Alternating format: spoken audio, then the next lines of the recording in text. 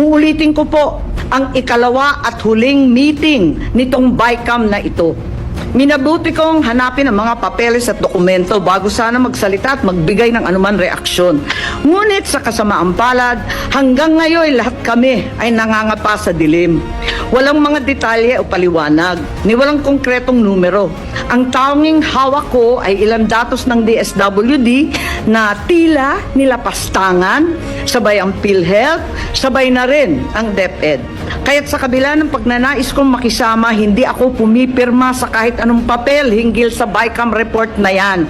At nagsusulong magbawas ng pera sa mga lehitimong proyekto para lamang ipasok ang akap, lakihan ng labis-labis ang MAIP, at pagpiestahan ang DPWH.